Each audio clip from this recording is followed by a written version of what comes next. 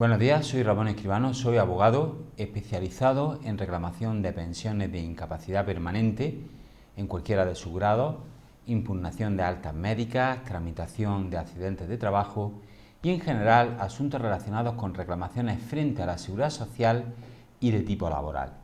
Y en el vídeo de hoy vamos a responder a una pregunta muy común en los despachos que nos dedicamos a este tipo de actividades y que consiste en la siguiente.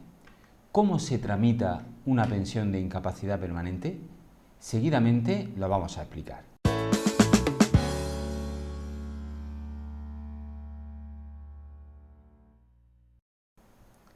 Como hemos dicho en la introducción del vídeo, vamos a tratar de explicar las líneas generales, los aspectos fundamentales de cómo se tramita una pensión de incapacidad permanente, poniendo de manifiesto desde este momento que lo que vamos a explicar aquí tiene un carácter generalista. Puede que en algunos casos más específicos, sobre todo cuando deriva la incapacidad permanente de un accidente de trabajo o de una enfermedad profesional, en esos casos hay que hacer algunos trámites adicionales que ya explicaremos en otros vídeos específicamente para esos casos.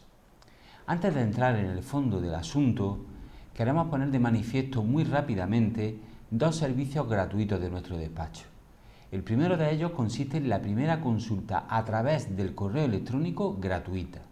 Pueden enviarnos su pregunta concreta sobre cualquiera de estos temas relacionados con pensiones de incapacidad permanente y seguridad social a la dirección de correo electrónico que aparece en el vídeo y le responderemos a la mayor brevedad posible. Asimismo, ofrecemos gratuitamente el estudio de la viabilidad de su caso totalmente gratis. Si usted está pensando en reclamar una pensión de incapacidad permanente o interponer una reclamación frente a la Seguridad Social, le ofrecemos en nuestro despacho la posibilidad de que nos cuente su caso. Y una vez que sepamos los pormenores de su caso en particular, le informaremos sobre la viabilidad que en nuestra experiencia podría tener su reclamación. Y si lo desea, le haríamos llegar un presupuesto gratuito con el coste que supondría que nosotros nos hiciéramos cargo de su reclamación. Hecha esta introducción necesaria para la vivencia de nuestro canal, tenemos que poner de manifiesto, entrando ya en el fondo del asunto, los aspectos fundamentales en la tramitación de una pensión de incapacidad permanente, que son los que vamos a explicar seguidamente. Lo primero es la solicitud o propuesta de incapacidad permanente. Esto lo decimos porque para iniciar un expediente de incapacidad permanente se puede iniciar de varias formas diferentes. Una de ellas es la solicitud del interesado. Es decir, cualquier persona que reúna los requisitos legales y médicos suficientes para ello podrá directamente solicitar a la Seguridad Social, al INS, al Instituto Nacional de la Seguridad Social, una pensión de incapacidad permanente. Para ello, simplemente tiene que descargarse o acceder al impreso normalizado de petición de incapacidad permanente que tiene editado el propio INS, la propia Seguridad Social. Para ello, la forma más fácil es entrar en la web de la Seguridad Social y descargarnos el impreso correspondiente.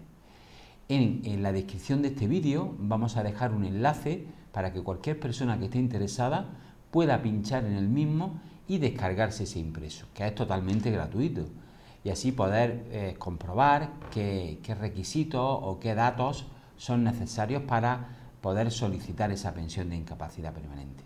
Eso es una forma de iniciar la incapacidad permanente, la petición de incapacidad permanente.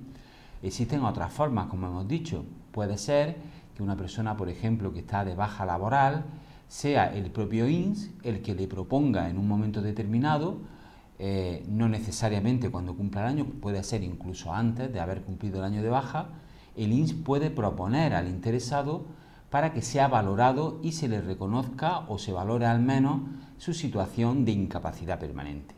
Igualmente, una mutua de accidentes de trabajo que lleva el tema médico del interesado, tanto por ser un accidente de trabajo o como por ser responsable del pago de la incapacidad temporal, aunque sea enfermedad común, podría proponer también al INS la tramitación de un expediente de incapacidad permanente a ese interesado o interesada. Igualmente, los servicios públicos de salud están autorizados para también hacer esa propuesta. Por lo tanto, Lo primero es iniciar la solicitud de la incapacidad permanente, que puede ser a instancia de parte, es decir, la propia parte interesada presenta su impreso con los documentos que son necesarios para ello y lo presenta en las oficinas del INS, y el INS incoa el expediente. También se puede incoar ese expediente de incapacidad permanente, como hemos dicho, a instancias del propio INS y también de la mutua o del propio servicio médico de salud. Muy bien, una vez que hemos iniciado el expediente, una vez que se ha iniciado este expediente, tenemos que poner de manifiesto que el siguiente paso consiste en realizar una valoración de la situación del interesado o la interesada. Esa valoración de incapacidad permanente la tiene que realizar los servicios de inspección del INS. Es decir, será el INS el que nos enviará a nuestro domicilio una carta, una resolución, en la que nos citará para practicarnos un reconocimiento médico, que va enfocado a determinar si somos acreedores o no de una situación de incapacidad permanente. Para ese reconocimiento médico es fundamental aportar toda la información médica y laboral del interesado. Me refiero con esto a que hay que aportar todos los informes médicos de especialistas, de pruebas objetivas como resonancias magnéticas, electromiografías, informes de especialistas concretos, que acrediten qué lesión tenemos, qué patologías tenemos y lo más importante es qué limitaciones nos provocan. Esos documentos hay que llevarlos a esa evaluación, a ese reconocimiento médico al que estamos haciendo referencia. Pero también hay que demostrarle al inspector que nos realice la evaluación cuál es nuestro trabajo habitual. Este aspecto es trascendental, porque dependiendo de ello vamos a tener más posibilidades a la hora de que se valore nuestra situación. El inspector tiene que valorar nuestra capacidad de trabajo y por lo tanto es trascendental que sepa en qué trabajamos, cómo es nuestro día a día en nuestro trabajo, si realizamos esfuerzos, si tenemos deambulación prolongada o no, si tenemos bipedestación, si tenemos que realizar flexiones o no repetitivas de columna lumbar, cervical, manejo de cargas, etc. Todo eso se le tiene que concretar además de las propias patologías. Por eso es muy importante que el inspector sepa qué trabajo tenemos y cuáles son las actividades fundamentales de nuestra actividad laboral. El siguiente paso, una vez que hemos tenido esa visita con el inspector, ese reconocimiento médico, consiste ya en recibir la resolución del INS. Internamente, el INS, una vez que ha practicado la evaluación médica a la que hemos hecho referencia, tiene un procedimiento interno de tramitación del expediente. Ellos valoran a través del EBI si correspondería o no una incapacidad permanente. En caso de que sí pudiera corresponder esa incapacidad permanente, van a estudiar nuestra vida laboral, nuestras bases de cotización, etcétera, para determinar el importe de la pensión. Pero esa tramitación interna no es objeto de este vídeo, ya lo explicaremos en otra ocasión porque es bastante interesante. Pero a lo que a nosotros nos interesa es que después de la evaluación médica que hemos referido, el siguiente paso para el interesado es que recibirá en su casa, en su domicilio, una resolución reconociendo o denegando la situación de incapacidad permanente. Esa resolución que recibimos, si es favorable, si cubre nuestras expectativas, pues ahí termina el expediente. Se empieza a percibir la pensión correspondiente y hemos terminado. Pero si o bien se nos deniega la incapacidad permanente o bien se nos reconoce un grado que es inferior al que nosotros solicitamos, tenemos 30 días para interponer una reclamación previa. Es decir, tenemos 30 días para impugnar esa resolución. Esa reclamación previa es muy importante primero hacerla dentro del plazo de 30 días al que hemos hecho referencia, pero en la misma tenemos que concretar todas nuestras alegaciones, tanto desde el punto de vista de hechos como de derecho. Es decir, en esa reclamación previa tenemos que concretar claramente qué tipo de incapacidad pretendemos.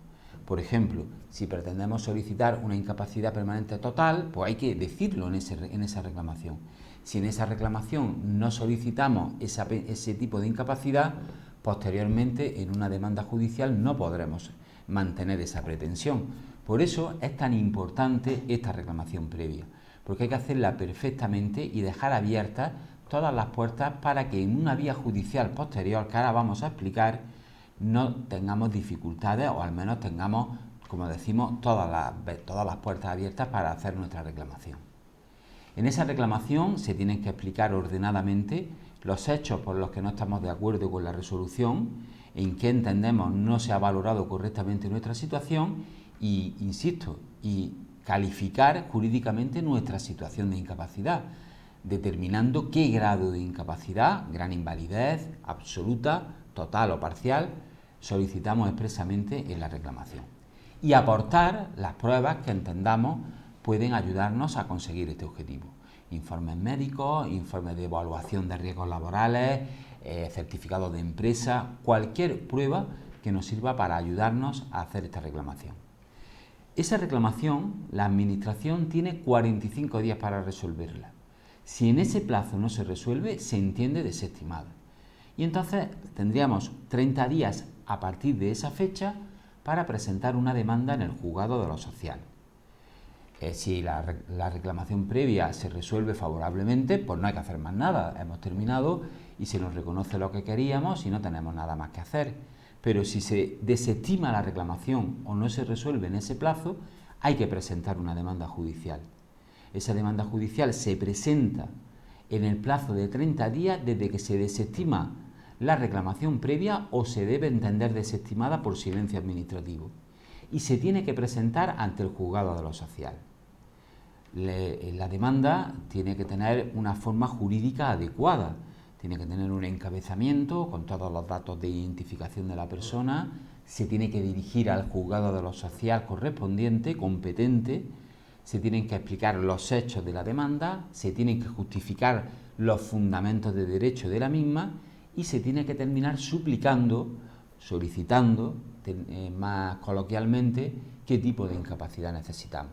Sin duda, un particular podría presentar por sí mismo esta demanda, pero desde luego no es lo recomendable. Lo recomendable para tener posibilidades reales de poder llegar a un buen resultado con esta demanda es que la demanda la realice, la redacte y la defienda un abogado experto en reclamaciones de incapacidad permanente. Una vez que hemos presentado la demanda, el siguiente paso es que el juzgado, si todo está correcto, nos señalará una fecha de juicio.